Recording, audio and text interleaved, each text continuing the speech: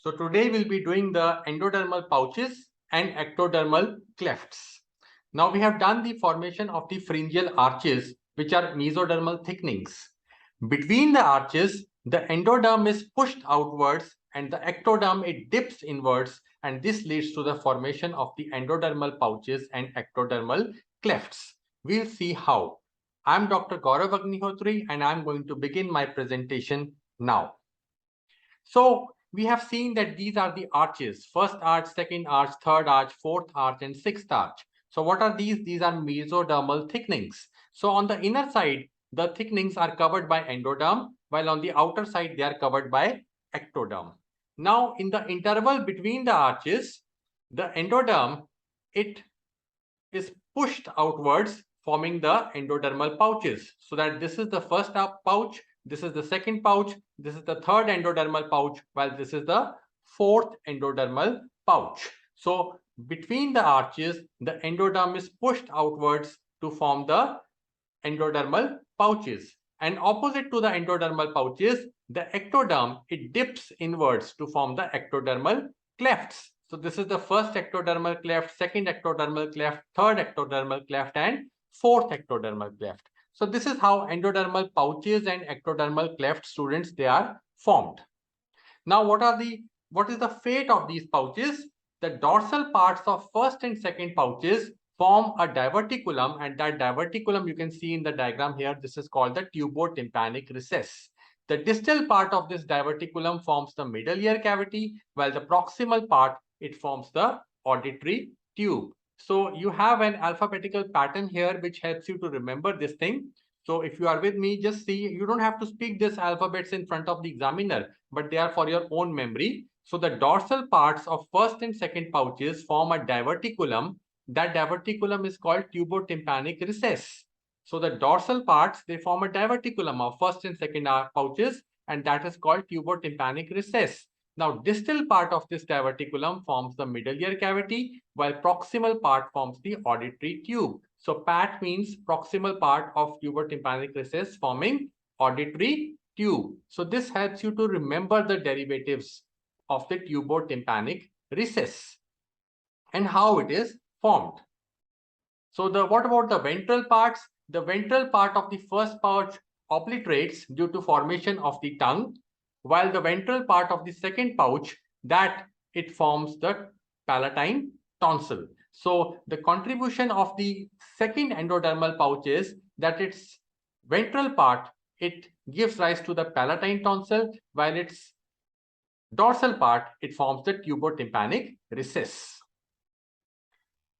So next we come to the third and fourth pouches. Now the third pouch gives rise to the inferior parathyroid glands and the thymus. So you see here that the derivatives of the third pouch, they migrate caudally. So the parathyroid glands formed from the third pouch are actually inferior parathyroid glands. So the thymus, along with the parathyroid glands formed from the third pouch, that they are called the parathyroid 3. They form the inferior parathyroid glands, while the parathyroid glands formed from the fourth pouch, they migrate cranially to form the superior parathyroid glands. So in other words, the superior parathyroid glands are parathyroid 4 because they are derived from the fourth pouch, while the inferior parathyroid glands are parathyroid 3 because they are derived from the third pouch. Third pouch also gives rise to the thymus. So the fifth pouch, it merges with the fourth to form a complex which is referred to as caudal pharyngeal complex or Ultimobrachial body. Now this complex, it gives rise to parafollicular cells, which are also called C cells, and these cells produce calcitonin, which lowers our blood calcium. So you'll see here in the diagram, this is the histological structure of the thyroid gland. So thyroid has got follicles, and in the follicles is colloid. So follicular cells are there, and in between the follicles are parafollicular cells, and they are derived from the caudal pharyngeal complex. And these cells, they produce calcitonin. So the alphabetical pattern to remember is caudal pharyngeal complex gives rise to parafollicular cells. They are also called C cells, which produce calcitonin. So CPC, PC, CC. This is just for your memory. Don't speak it in front of the examiner. So what about the fate of the ectodermal clefts? Well, the dorsal part of first cleft develops into external acoustic meatus and the ventral part is obliterated. So just like the endodermal pouch, first endodermal pouch, the ventral part is not forming any structure, while the dorsal part, that is forming the external acoustic meatus. So the dorsal part here is forming the external acoustic meatus. So we did in the first pouch that the dorsal parts of the first and second pouch, they unite to form the tubotympanic recess. So in case of the cleft, first ectodermal cleft, the dorsal part develops into external acoustic meatus. So external acoustic meatus is formed by the dorsal part of the first ectodermal cleft, while the middle ear cavity is formed by the distal part of tubotympanic recess. The second, third, and fourth clefts are obliterated. So the alphabetical pattern to remember here is DEEM. So the dorsal part forms the external acoustic meatus of the first ectodermal cleft. So now we come to the concept of cervical sinus. So students, this is important. So what happens during development is, here we see the pharyngeal arches. So what happens during development is that the second pharyngeal arch, it grows more compared to the remaining arches, compared to the succeeding arches, and it overhangs them. So there is a gap or a depression lying deep to the projecting second arch, and that is called the cervical sinus. Now this normally obliterates, and this projection of the second arch, it fuses with tissues caudally. So our neck, it becomes smooth instead of having clefts. So this is how it happens, that the second arch, it projects and it fuses with tissues, and this leads to a smooth outline of the neck, and the cavity which is there, cervical sinus, it normally obliterates. So this obliteration of the cervical sinus is important. If a part of it persists, we call it the branchial cyst. So we see here in this diagram how the second arch is projecting in relation to the third, fourth, and sixth arches, and the cavity lying deep to it is called the cervical sinus.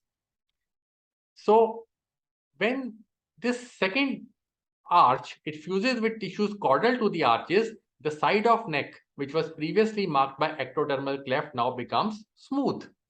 In case it doesn't happen, the part of the cervical sinus, instead of getting obliterated, it persists. Then it gives rise to swellings in the neck along the anterior border of sternocleidomastoid, and these swellings are referred to as the branchial cysts. And the most common location of these swellings is just below the angle of the mandible. So if there are swellings in the neck along the anterior border of sternocleidomastoid, it may be here, it may be here, but the most common site is below the angle of mandible. Then these swellings may be due to the persistence of the cervical sinus, which has not obliterated, and this has given rise to a branchial cyst.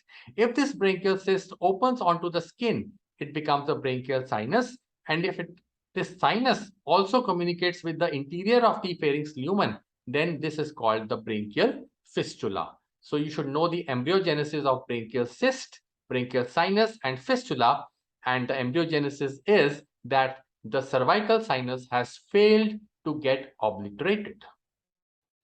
So with this, we complete our topic on endodermal pouches and ectodermal clefts. So if I summarize, the important structures formed from the endodermal pouches are, you have got the middle ear cavity, the auditory tube, the superior parathyroid glands, inferior parathyroid glands, of course, the palatine tonsil from the ventral part of second pouch, and then we have the caudal pharyngeal complex when the fifth pouch merges with the fourth pouch, and this caudal pharyngeal complex gives rise to the parafollicular cells. Also, the inferior parathyroid glands, they are formed from third pouch along with the thymus. And if we consider the ectodermal clefts, the first ectodermal cleft gives rise to the external acoustic meatus. So students, remember this, and also keep in mind the concept of the cervical sinus, how it can give rise to branchial cysts. So the next time we meet, we will do the development of the face. Till then, I'm signing off. I thank you for your valuable time.